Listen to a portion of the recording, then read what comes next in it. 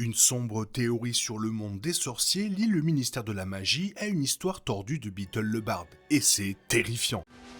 Allons, c'est l'heure de l'histoire, mon poulet au miel. On ouvre les petits volets. Cœur vaillant, œil sur la balle, on ne peut pas perdre. Si le conte des trois frères a longtemps été perçu comme l'histoire la plus influente de Beedle, préfigurant efficacement l'ascension et la chute de Voldemort, ce n'est peut-être pas la plus sombre. Cet honneur pourrait revenir à Le sorcier au cœur velu, un récit macabre et édifiant que certains fans considèrent comme à la fois vrai et fictif. Et si cette théorie se confirme, le département des mystères du ministère pourrait suivre le même chemin que le sorcier éponyme, avec des conséquences tout aussi terrifiantes. La saga Harry Potter est une pierre angulaire de la fantasy, depuis que J.K. Rowling a présenté le garçon qui a survécu en 1997. À travers 7 livres et 8 films, les femmes ont suivi le combat de Harry contre Lord Voldemort. Mais en 2008, avec les contes de Beedle le barde, Rowling a ouvert un nouveau chapitre, explorant le folklore archaïque du monde des sorciers, avec les commentaires d'Albus Dumbledore. Si les histoires de Beedle étaient censées offrir des leçons de morale et divertir les jeunes lecteurs dans l'univers, elles ont aussi parfois servi de terribles avertissements.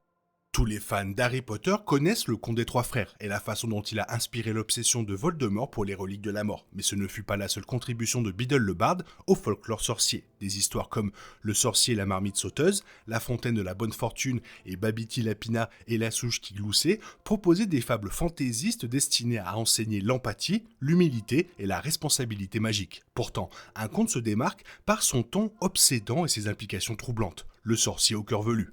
Version sombre de La Belle et la Bête, l'histoire suit un sorcier émotionnellement détaché qui craint que l'amour ne le rende sot comme ses amis. À l'aide d'un puissant sortilège, il retire physiquement son cœur et le conserve dans un écrin de cristal, espérant rester froid et libéré de ses émotions. Mais avec le temps, le cœur devient sauvage, symbolisé par la pousse des cheveux. À la fin de l'histoire, lorsque le sorcier tente de le rattacher pour impressionner une jeune fille, il essaie de se l'arracher pour le remplacer par celui de la jeune fille qu'il avait poignardé. Mais le cœur refusait de sortir, tout demeure dans le sang, anéanti par sa tentative de contrôler ce qui n'aurait jamais dû être arraché. Dans ses notes, Dumbledore insiste sur l'impossibilité d'un acte magique comme celui de retirer le cœur d'une personne. Il reconnaît néanmoins que les érudits ont longtemps comparé cette histoire à la création d'un Horcrux, la considérant comme une métaphore de l'un des tabous magiques les plus sombres. Elle met en garde contre l'idée même de séparer l'amour du pouvoir et l'humanité de l'ambition, une pratique célèbre de Voldemort. Et pourtant, si le département des mystères existe pour étudier l'inconnu, qui sait si personne n'a tenté de comprendre cette histoire plus littéralement.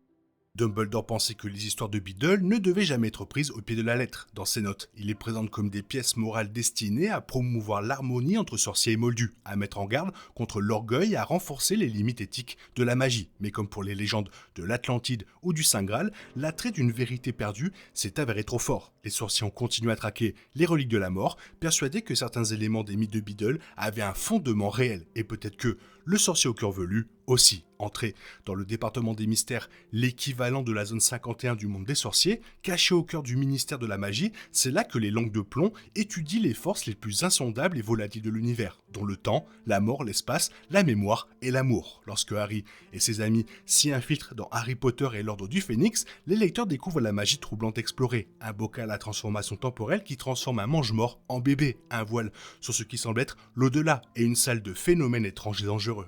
Parmi les salles les plus étranges se trouve la salle des cerveaux, qui abrite des réservoirs de cerveaux flottants et conscients. Lorsque l'un de ces cerveaux s'attache à Ron Weasley, il grave pensées et voix dans son esprit, laissant des cicatrices physiques. Bien qu'apparemment liée à l'étude de la ligilimancie, l'idée même de séparer la pensée du corps et de lui donner une vie autonome évoque des parallèles dérangeants avec le sorcier au cœur velu. Le ministère de la magie n'a peut-être pas retiré des cœurs, mais il ne semblait pas avoir peur d'extraire l'esprit. Encore plus mystérieuse est la fameuse salle de l'amour, que Dumbledore a un jour décrite comme étant verrouillée en permanence. Rowling a déclaré que c'est là que les langues de plomb tentent de comprendre l'amour, la considérant comme l'une des forces magiques les plus puissantes et les plus énigmatiques. S'ils ont réussi à induire synthétiquement une obsession grâce au filtre d'amour, la capacité d'inhaler l'amour véritable reste insaisissable. Mais s'ils ont passé des années à étudier l'amour, est-il si farfelu de penser qu'ils auraient pu tenter de l'isoler, tout comme le sorcier a tenté de l'éliminer ? Que le sorcier au cœur velu ait ou non directement inspiré les expériences du département, le chevauchement est effrayant. Dumbledore lui-même croyait qu'au moins certains récits de Biddle puisaient leurs racines dans l'histoire de la magie. Babiti Lapina et la souche qui gloussait par exemple s'inspiraient probablement d'un véritable animagus. Et si des histoires autrefois fantastiques pouvaient être fondées sur la vérité, qu'aurait-il pu en être autrement? Les reliques de la mort ont longtemps été considérées comme un mythe, mais elles se sont révélées bien réelles. On pourrait peut-être bien en dire autant du cœur du sorcier dans les crins de cristal. La magie, malgré ses merveilles, n'est pas sans limite. Si les contes de Biddle mettent en garde les jeunes sorciers et sorcières contre les dangers de la cupidité, de la vanité, du pouvoir, le département des mystères semble incarner les pulsions mêmes contre lesquelles ces fables mettent en garde. Ces langues de plomb, cachées dans l'ombre du ministère de la magie, ne se contentent pas d'observer la magie. Il la décortique, la stimule et, dans certains cas, tente de maîtriser les forces mêmes que Biddle décrivait comme sacrées. Dumbledore a peut-être rejeté la magie du sorcier au cœur velu comme impossible, mais la salle des cerveaux et la salle de l'amour du ministère suggèrent une autre histoire. L'idée d'enlever le cœur était une métaphore du sacrifice de l'humanité. Mais qu'en est-il des pensées ? Des souvenirs, des émotions, des objets magiques comme la pancine par exemple, offrent une forme bénigne d'extraction de souvenirs. Mais qu'est-ce qui la distingue des cuves de la salle des cerveaux, qui semblent injecter la force des pensées à quiconque entre en contact avec elle? À quel moment l'étude de la magie devient-elle une violation de la magie?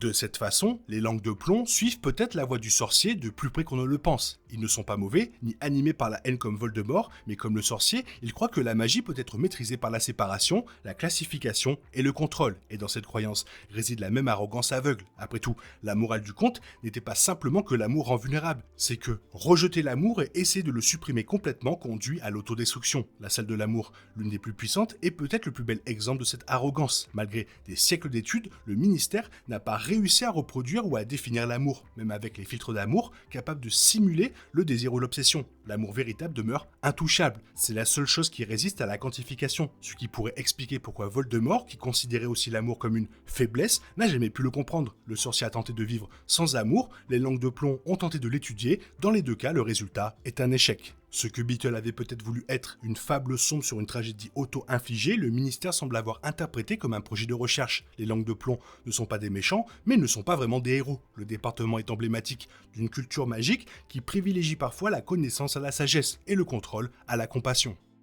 Si le département des mystères du ministère a prouvé une chose, c'est que certaines forces sont trop puissantes et trop essentielles à l'identité humaine pour être enfermées ou démantelées. La salle verrouillée dédiée à l'amour symbolise cette limitation. Il ne s'agit pas simplement d'une expérience ratée ou d'un autre élément étrange de l'histoire d'Harry Potter. C'est le message que certaines formes de magie sont faites pour être expérimentées et non étudiées. Harry Potter a survécu au sortilège de la mort alors qu'il était bébé grâce à l'amour. Le sacrifice de sa mère n'était ni une potion ni un sortilège, c'était une forme de protection ancestrale primitive que Voldemort n'a jamais compris. Et en grandissant, c'est l'amour qui l'a séparé de Tom Jedusor à tout égard. L'amour pour ses amis, pour Sirius, pour Poudlard. Finalement, c'est l'amour qui lui a permis d'affronter la mort de son plein gré, tout comme c'est l'amour qui a privé le sorcier du conte de Biddle de toute forme de rédemption. Le ministère considérait peut-être l'amour comme une simple propriété magique à exploiter ou à reproduire, mais Dumbledore, fort de ses expériences, en avait conscience. Les contes de Biddle ne sont pas des manuels techniques, ce sont des ouvrages moraux. Ils mettent en garde contre la croyance selon laquelle la magie rend supérieur, invulnérable ou maître de soi. Ils enseignent que les forces les plus puissantes sont souvent les moins bien comprises et que tenter de les supprimer ou de les reproduire peut détruire ce qui fait l'humanité d'un sorcier. Que le sorcier au cœur velu soit ancré dans la réalité ou dans la fiction, il reste une parabole sur le danger d'oublier à quoi sert la magie, non pas à la domination ni à l'expérimentation, mais à la connexion. L'amour, dans tout son mystère, est la seule forme de magie qui résiste à la maîtrise, et c'est dans cette résistance que réside son pouvoir, protéger, persévérer et, par-dessus tout, rassembler tous les êtres.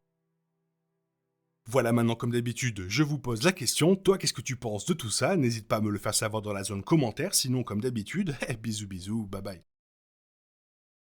Il est impossible de compter sur les autres de nos jours, on est obligé de tout faire soi-même.